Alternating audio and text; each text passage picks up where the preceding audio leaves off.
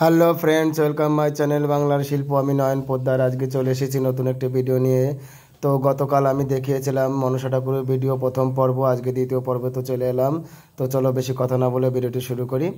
প্রথমে আমি মায়ের হাতের যে আঙুল, সেই আঙুলগুলো লাগিয়ে নেবো। তো আঙুলগুলো আগে আমি তৈরি করে রেখেছিলাম, দেখো আঙুলটি তৈরি করে রেখেছিলাম। চেটে মাটি দিলাম, মাটি দেওয়ার পর আঙুলটি লাগিয়ে নিয়ে এবার দেখো বুড়ো আঙুলটি লাগিয়ে নিচ্ছি। বুড়ো আঙুলটি লাগিয়ে নিয়ে এবারটা আমি পুরো সেটিং করে দিচ্ছি। দেখো সেটিং করে দেওয়ার পর এবার চেয়ারি দিয়ে দাগ টেনে নিচ্ছি হাতের ভেতর এবং জল ব্রাশটা করে নিয়েছি।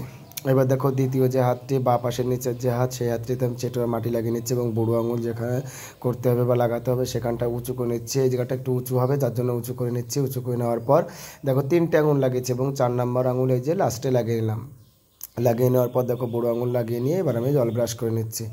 তো আজকে যারা আমার নতুন এসেছো আমার চ্যানেলে, তাদের কাছে অবশ্যই রিকোয়েস্ট, তোমরা আমার চ্যানেলটিকে লাইক কমেন্ট সাবস্ক্রাইব করে দেবে এবং ভিডিওটিতে লাইক কমেন্ট শেয়ার করে দেবে। তোমরা যত লাইক করবে কমেন্ট করবে তত আমার ভিডিও করার যা আগ্রহটা সেটা আরও বেড়ে যায়।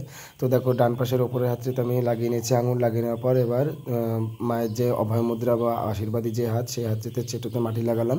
মাটি লাগিয়ে নেওয়ার পর এবার দেখো আঙুলটি লাগিয়ে নিচ্ছি।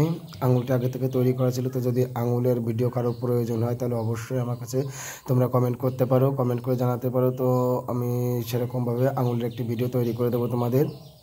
তো দেখো ডান পাশের অভয় মুদ্রার যে হাতটি, সেই হাতটি লাগিয়ে নিয়ে বুড়ো আঙুল লাগিয়ে নিয়ে এবার আমি জল ব্রাশ করে নিচ্ছি। জল ব্রাশ করে নিয়ে অর্থাৎ সব জায়গাটা ফিনিশিং করে দিচ্ছি। দেখো এবার মায়ের যে গহনা, মাটির গহনা, সেই গহনাটি লাগাবো। তো প্রথমে আমি বাজুবন্ধ লাগাবো, তার জন্য বাজুবন্ধ দেখো বা পাশের হাতটিতে ওপরের হাতটিতে আগে বাজুবন্ধ লাগিয়ে নিলাম।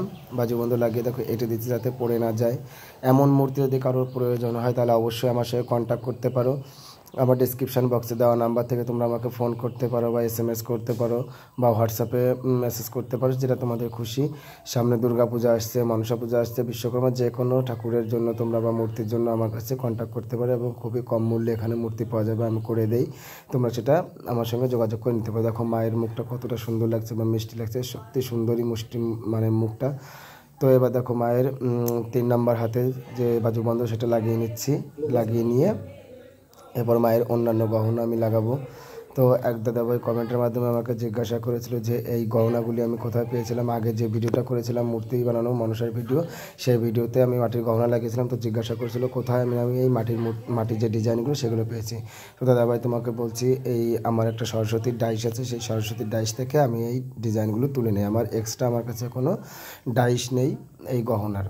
তো দেখো এবার মায়ের কানের তা, সেই কানের দুটো ঝুমকো সেটা লাগিয়ে নিচ্ছি। দেখো ঝুমকো দুটো লাগিয়ে নিলাম।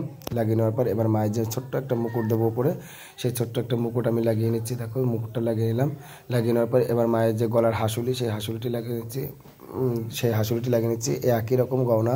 তো দেখো এবার মায়ের গলার দুপাশে হাসুলির যে বেড়ি, সেই বেড়িটা লাগিয়ে নিচ্ছি। দেখো এক পাশে লাগিয়ে নিলাম। এবার দ্বিতীয় পাশের যে বেড়িটা, সেই বেড়িটিও আমি লাগিয়ে নিচ্ছি। দেখো অনেকে এখানে কিন্তু ফেভিকল আঠা ইউজ করতে পারে, কিন্তু যেহেতু ঠাকুরটা কাঁচা আছে, মূর্তিটা কাঁচা, যার জন্য আমি ফেভিকল ইউজ করিনি। এবার দেখো মায়ের হাতের গহনা লাগিয়ে নিচ্ছি। কবজির মায়ের হাতের যে গহনা, সেই গহনাটা লাগিয়ে নিচ্ছি। তো ফেভিকল তোমরা ইউজ করতে পারো। ফেভিকল ইউজ করলে যখন ঠাকুরটা শুকিয়ে যায় বা মূর্তিটা শুকিয়ে যায়, তখন ফেভিকল ইউজ করলে সেটা মানে ঝরে পড়ার বা পড়ে যাওয়ার কোনো চান্স থাকে। কিন্তু যদি ফেভিকল ইউজ করো তাহলে কিন্তু আর সেটা ঝরে পড়ার বা চান্স থাকে না।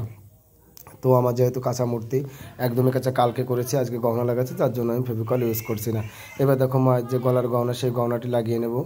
তো মায়ের গলার গহনাটি আমি লাগিয়ে নিচ্ছি। দেখো গহনাটি লাগিয়ে নিয়ে এবার একটু জল দিয়ে প্লেন করে নিচ্ছি বা প্রত্যেকটা জায়গায় জল দিয়ে একটু সমান করে দিচ্ছি বা ফিনিশিং করে দিচ্ছি। যেহেতু এটা ডিজাইনটা ডাইস থেকে সেভাবে তোলা, যাতে ফিনিশিং সেরকমভাবে করতে না হয়, যার জন্য তবুও হালকা করে আমি একটু জল দিয়ে করে নিচ্ছি।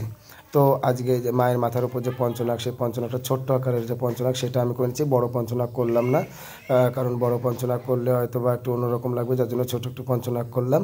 তো আজকের ভিডিও এখানেই রাখছি। তো কেমন হয়েছে তোমরা অবশ্যই কমেন্ট করে জানিও। আর যদি এরকম মূর্তি কোনো প্রয়োজন হয় তোমরা অবশ্যই আমার সঙ্গে কন্ট্যাক্ট করতে পারো। বাই।